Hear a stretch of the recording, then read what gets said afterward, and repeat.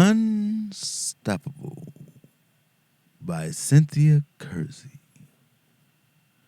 45 powerful stories of perseverance and triumph from people just like you.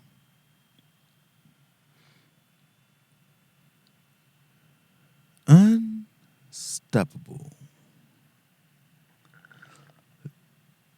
You may have to fight a battle more than once to win it.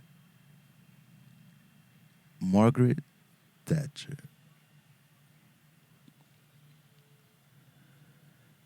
Unstoppable. The sweet smell of success. He was naughty enough to find new ways past old obstacles.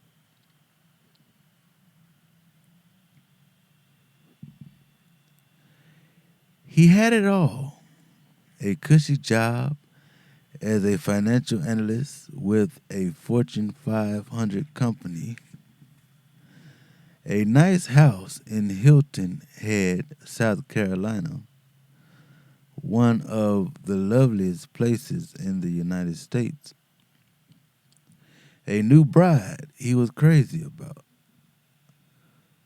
So what did John Martiner do? He risked everything he had on one of the nuttiest schemes ever to come down the pike. John was frustrated. His ultimate earning potential at his current position would never provide him the type of personal or financial freedom he was seeking. And the struggle of climbing the corporate ladder had lost its appeal. John wanted financial independence. He believed running his own business was the key to achieving that security. But John wasn't like most people. He did more than just dream about it. He acted. In 1990, he quit his job, gave up his nice house, and left beautiful Hilton Head. With his friends and family members telling him he was crazy, he and his wife, Anna, moved to Orlando, Florida, a city with an abundant tourist trade.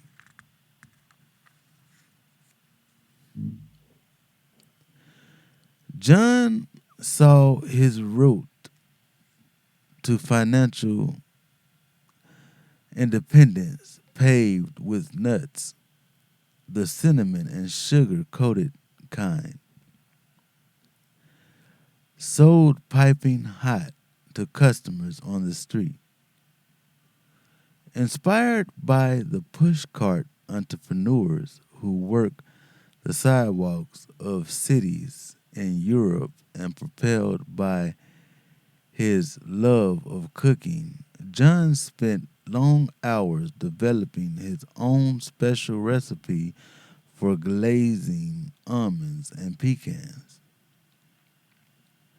With a loan of $10,000 and a new name, the Nutty Bavarian, John set up his business with a single cart that allowed customers to watch as the nuts were roasted and glazed. Creative name, creative display, creative product.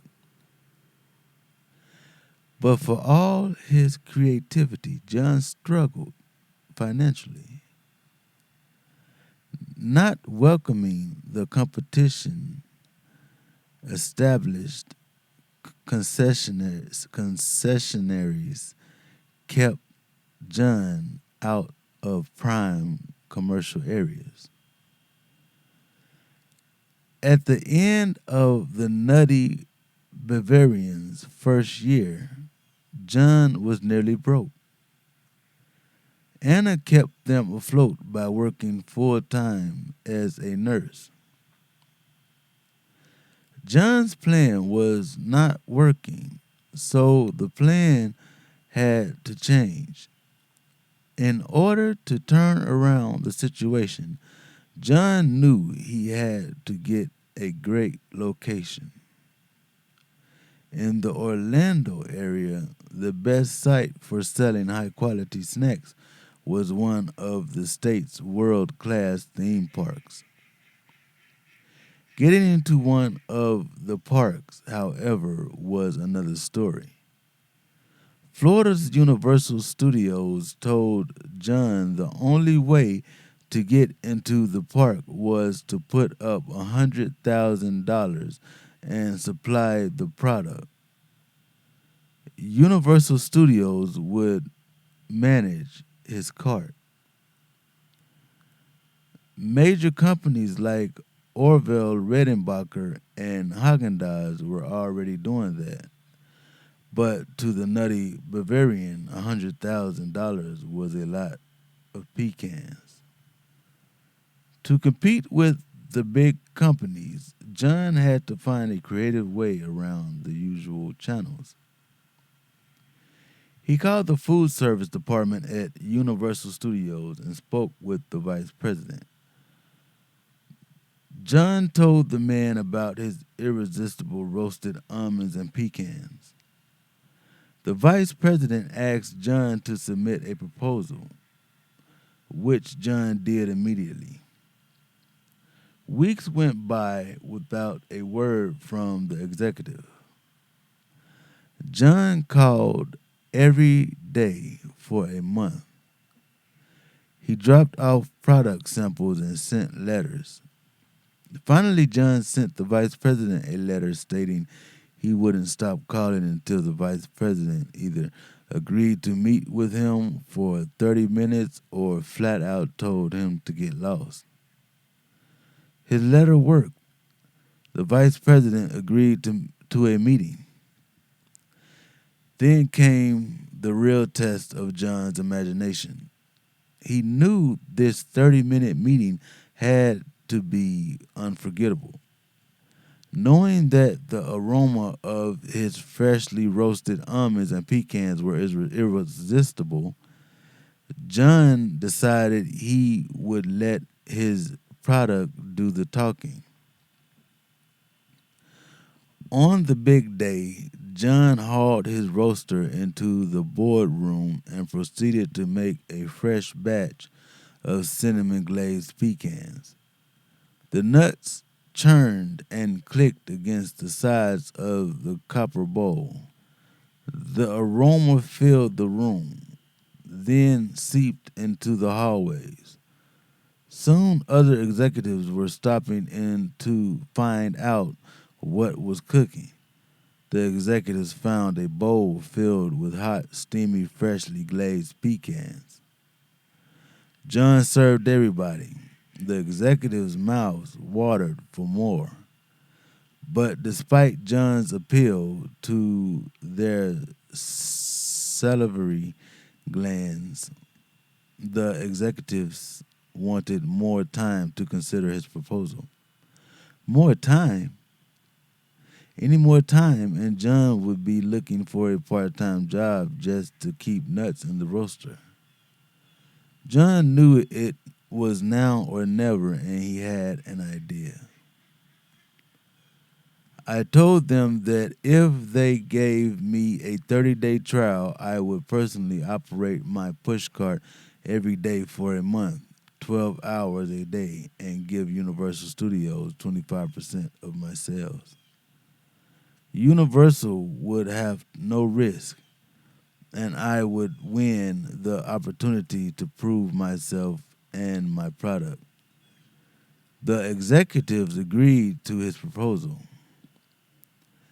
That first month, John grossed $40,000. Sales climbed steadily, and after the second month, John signed a 2-year contract with Universal. At the end of the first year, with only 2 carts, John's sales reached $1 million. I didn't know at the time, John said, but they had never before allowed a food vendor to come into the park from the outside, totally independent from Universal. This was an unprecedented move. The Nutty Bavarian now licenses carts in 150 domestic locations in 3 foreign countries. Annual sales exceed $10 million.